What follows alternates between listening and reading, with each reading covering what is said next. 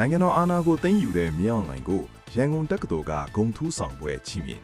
ဒီနေ့ဖေဖော်ဝါရီလ9ရက်နေ့မှာတော့ရန်ကုန်တက္ကသိုလ်ရဲ့ဘွဲ့အနှင်းသဘင်ခမ်းမဆောင်အတွင်းထူးခြားတဲ့အခမ်းအနားတစ်ခုကျင်းပပြုလုပ်ခဲ့ပါတယ်။အဲ့ဒါကတော့နိုင်ငံတော်စီမံအုပ်ချုပ်ရေးကောင်စီဥက္ကဋ္ဌနိုင်ငံတော်ဝန်ကြီးချုပ်ဗိုလ်ချုပ်မှူးကြီးမင်းအောင်လှိုင်ကိုရန်ကုန်တက္ကသိုလ်ကနေအုပ်ချုပ်မှုသိပ္ပံဂုံထူးဆောင်ပါရဂူဘွဲ့ Honorary Doctorate in Administrative Science အနှင်းလိုက်တဲ့အကြောင်းပဲဖြစ်ပါတယ်။ဒီအခမ်းအနားကိုပညာရေးဝန်ကြီးဌာနကတာဝန်ရှိသူတွေတက္ကသိုလ်အသီးသီးကပါမောက္ခချုပ်တွေနဲ့ဖိတ်ကြားထားတဲ့ဧည့်သည်တော်တွေတက်ရောက်ခဲ့ကြပါတယ်။ဒီဂုံထူးဆောင်ပွဲကိုအနှင်းရတဲ့ရည်ရွယ်ချက်အနေနဲ့ကတော့နိုင်ငံတော်တည်ငြိမ်အေးချမ်းရေးဖွံ့ဖြိုးတိုးတက်ရေးနဲ့ပညာရေးကဏ္ဍမြင့်တင်ရေးအတွက်ဆောင်ရွက်ခဲ့တဲ့လှုပ်ဆောင်ချက်တွေအပေါ်အတိအမှတ်ပြုတဲ့အနေနဲ့အနှင်းတာဖြစ်ကြောင်းတာဝန်ရှိသူတွေကဆိုပါတယ်။ဗိုလ်ချုပ်မှူးကြီးမင်းအောင်လှိုင်ကဝေးလက်ခံရယူပြီးနောက်မှာတက္ကသိုလ်ပညာရေးမြင့်တင်မှုဟာနိုင်ငံတော်ရဲ့အနာဂတ်အတွက်ဘလောက်အရေးကြီးတယ်ဆိုတဲ့အကြောင်းနဲ့ရန်ကုန်တက္ကသိုလ်ကြီးကိုအရှိတောင်အာရှမှာထိပ်တန်းအဆင့်ပြီးတက္ကသိုလ်တစ်ခုဖြစ်လာအောင်ဝိုင်းဝန်းစ조사ကြဖို့လမ်းညွှန်စကားပြောကြားခဲ့ပါတယ်။တက္ကသိုလ်မှာလည်း